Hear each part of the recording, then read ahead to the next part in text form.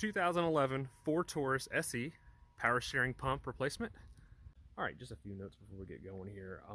For this power steering pump removal, I go over a few different things when I'm talking about the actual removal of the pump. So in general, the first thing you can do is either remove the pump with the high pressure side line attached, and that just involves unbolting all of the tie downs on the high pressure side line, plus removing it from the gearbox / power steering rack. And removing the pump with the line still attached, which I did find to be a little bit easier, only because it just gave me more access to that 18mm flange nut. I did make a few chop tools to make the job a little easier, so you can do this without removing the high pressure side line. Don't think you have to remove that line. It's basically just option A or B. I had to do them both because the first pump I bought was bad, so I got to do this twice, and it was difficult, but it all got done. Everything's done now, so just keep in mind when you're watching this video that you have the option of one, removing the high pressure side line with the pump still attached to it, or you can just remove the 18mm flange nut from the high pressure side line. Just make sure you remove the bracket that is directly above it, because it'll cause it to bind and you won't understand why it's not backing out, and that's what I found. So the tie down closest to the high pressure side line, which is directly above the power steering pump, you will have to remove either way. So it's just one 5/16 bolt, back that out and hang on to it, and here we go. So the first couple tools I want to talk about are an 18mm wrench. If you have one to spare, go ahead. The first thing I did was I cut this thing in half, and if I was going to change it, I'd make these a little bit longer, but that was just one wrench, and then I just cut a notch out right here because it is a flange nut. So with that, it was a lifesaver, to be quite honest. They both work interchangeably because sometimes I could use this one other than that one, and vice versa and stuff like that. But the other thing I really needed when the first time the pump came out was this guy right here. It's an 18mm crow's foot, and then you also buy this adapter right here. It's a 3/8 drive to a 9/16 bolt head, and that is super awesome. So you can slap this thing on here. If you're having a real hard time getting that nut busted loose, you can use this in a 9/16 and kind of play a balancing act, holding it on the tune and stuff like that. So that helped me out a lot as well. So before you even start, I highly suggest you doing this. And if you have crow's foot wrenches or flare nut wrenches, whatever you call them, line wrenches, they are usually too long. I had a set and mine was too long, other than make maybe a minor turn or two. It's in a very tight spot. It's a pain in the ass, so I highly suggest you at least line these three things up before you even start. First step, raise and support your vehicle. Get it on jack stands. Don't be a fool. These things will kill you if they fall on you. The next step I typically like to do, I remove the serpentine belt. There's a 3/8 drive right there on that tensioner pulley. Turn it clockwise, and that'll loosen the belt, and you can slip it right off the alternator. Next step, use a suction device and suck out the power steering fluid reservoir. It just saves a bigger mess. The next step, you want to go under the vehicle after you have removed your passenger side tire. Then you're going to go under, remove your inlet hose right there. It is a squeeze clamp. I just used a pair of vice grips and picked it up and moved it up. Then remove it, and you will have fluid come out of this tube, so make sure you have a catch pan. Not a whole lot comes out if you remove the reservoir. There is 4 bolts holding this power steering pump on. You can see them right there. Bottom left, upper right, or upper left and right. And then you have this bottom one down here, which is different size. I have not yet found a tensioner for this extra belt right here. So when you loosen that accessory belt, it will not loosen this belt. This is tied from the power steering pump to the engine crank. It is the only pulley it drives. So after you get these out, well, before you can get the upper right one out, sorry. There we go. Before you can get that upper right bolt, it is hidden behind the high pressure side line right there. You're going to remove that line. It is just a compression fitting, and I will tell you the size once I get to it. So you will have to remove that high pressure hose from the top of the power steering pump first to get to that last bolt. So let me get that loose and I'll show you what's going on. Okay, after a lot of struggling, I had to manipulate the pump to to get it down to this position for a couple of reasons here. Let me get it here so you can see it. All right, so there is the 18mm flare nut that connects the high pressure line. My issue was the nut was turned in such a fashion that my crow's foot and my wrench would not break the nut loose. I just couldn't get an angle on it, so on and so forth. I didn't want to cut my wrench in half, yada yada. So to anybody else doing this, I suggest getting the 18mm that has the 3/8 drive attachment. It's kind of like a nut type of deal. So I got the pump to this spot by breaking free the high pressure line right there. I broke the high pressure line from the gearbox right there, or the valve, whatever you want to call it, and then I undid all of the tie downs for this high pressure line, and there was 1, 2, 3. So there's one that goes straight down over here, and there's one at the very back up here, and they were 5/16 for anybody wondering.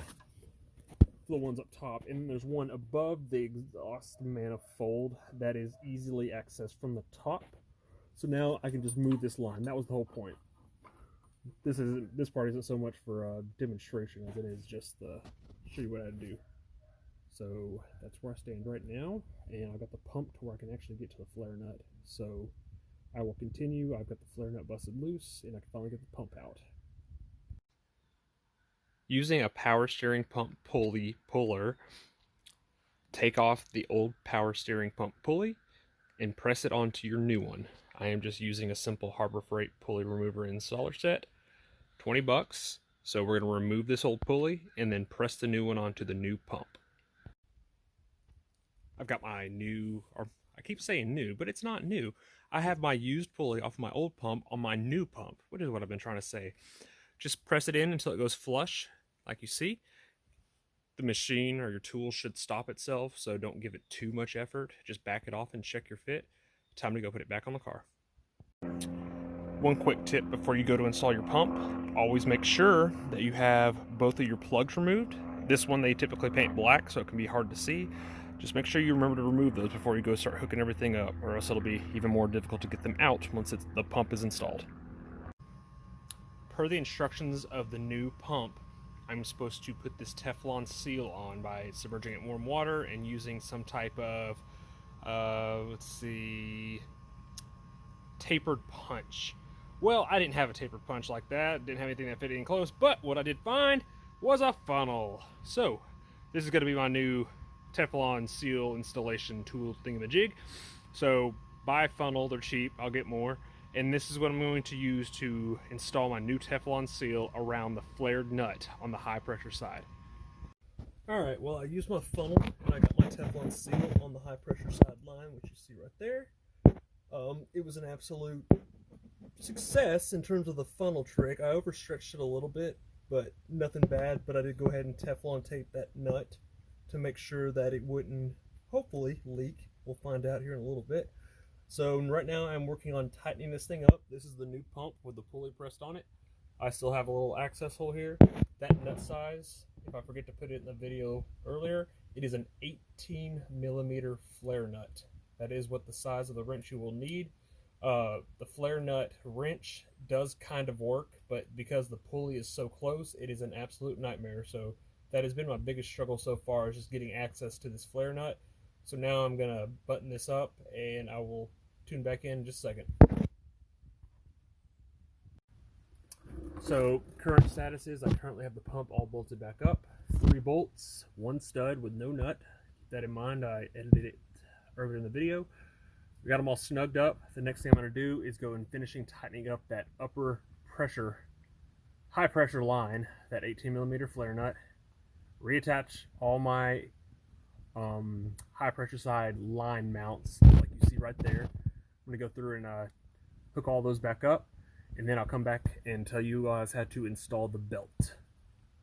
Alright, so I finally got the 18mm flare nut tightened up. I got everything snugged up. I got the return line hooked up, and now I'm going to show you all how to do the belt. So for the belt, you're going to want to run it. I I cut the old belt because I didn't have to worry about taking it off correctly, so I just needed to cut it and get out of the way. And so once your subroutine belt is removed, like you should have done at the beginning, I'm putting a new belt on, put it around the crank. There's supposed to be a special tool for this, but they even tell you in a lot of places that you can just do this method right here. So what you're going to do, you put your new belt around the crank, put it around the bottom, and then run your zip tie right there. And what you're going to do, you're going to get the appropriate size socket, and you're going to turn the crank clockwise, and it's going to turn it on just like an old bike chain. So I'm going to do that, and I'll show you the results. Okay, so I was attempting to do the, what do you call it, the zip tie trick. Sorry, kind of catching up here. So I didn't get finished last night, no big deal. I stopped because the zip tie trick, I just wasn't happy how it was like kind of stretching the belt and didn't look like it was going to do it without doing some damage to the new belt. So I did go buy Advance, and I got this right here. So this is the actual installation tool for the belt. It was only 25 bucks. So you're welcome to do whichever method you want. If you're going to try the zip tie method, which involves zip tying the belt to the power steering pump and turning the crank to get the belts on, that is fine. But I'm going with this route because like I said, I wasn't happy with how it was going, and I just want to do it to the best of my ability. So I'm going to slap this belt on and go from there. All right, so I got the belts installed. That installation tool made all the difference. So if you're wondering if you should spend $25 or not on it, buy the damn tool. It made it so much easier. I still use zip ties on the belt just to keep the tool in place because I'm working alone, but it went on without any trouble. Just have a pipe ready because my 1/2-inch drive wasn't long enough. So one thing I didn't mention because I didn't think I'd be taking it off was to gain access to the crank. I went ahead and I removed this tiny little plastic piece. So it just covers it up. It's just those little pop rivets. Super easy to take out. And if you don't have this, $8 Harbor Freight. It's one of those pop rivet removers. Highly suggest that as well. So now I'm going to finish tightening everything up, and then we're going to see if it leaks. Okay, once you have the pump on, all your hoses attached, and you've got all of your fittings tightened down, and you're happy with everything, belt's back on, we're going to move on into the bleeding procedure, because if you remove any of the lines, you will have air in it. So the first thing you're going to do is you're going to top off your power steering reservoir with the approved power steering fluid, which in my case, I just use Preston power steering fluid. And what you're going to do is with the vehicle off, you are going to turn the wheels as far as they go left, as far as they go right, several times until you start working the air out. And what I'll show you here is the way these systems work on most modern vehicles is your thick tube right here, that tube right there, that tube is your intake tube for your power steering pump. Now your return line seems to be pretty hidden, but it's this little guy right here, wrapped in protective sheathing, and it goes up underneath the power steering reservoir. And if I can get a shot of it here, that's a little filter right there. So that is where your bubbles are going to be coming up from most of the time. So all you're going to do is work it out, and as you work those bubbles out, you're going to see the fluid level drop. Keep it topped up, and once you're sure you got most of the bubbles off, start the car for a few seconds, rock that steering wheel back and forth until you start working all the bubbles out. And basically you'll know when you have it bled is, one, when you have power steering pressure, and two, when the fluid levels stop dropping. Now don't overfill it, because what will happen is when those air bubbles push up, it'll push it out of the top of the container if you fill it too much. So be wary of that. So we are going to work this air out, and then I'll show you the results. Once you have rocked the steering wheel a few times, far left, far right, about 10 to 15 times, what you want to do next is you want to start the vehicle for a few seconds to make sure the pump gets plenty of fluid, and then go ahead and shut the vehicle off and do that same procedure 10 to 15 more times, just like so. So this is just purging the air out. We're going to start the vehicle.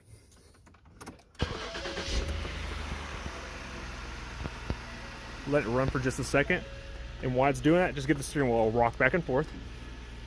And that's just going to draw fluid into the power steering pump. And now we're going to shut it off. And then we want to take the steering wheel, run it far left, far right, far left, back and forth until you get that those air pockets worked out. And now depending on how much fluid you lost, it might take a little longer, but it's not that big of a system, so it shouldn't take too long. And as you can see, my once full power steering reservoir is now empty, so that is telling me it is working. So we're going to keep doing this procedure until all the air is worked out.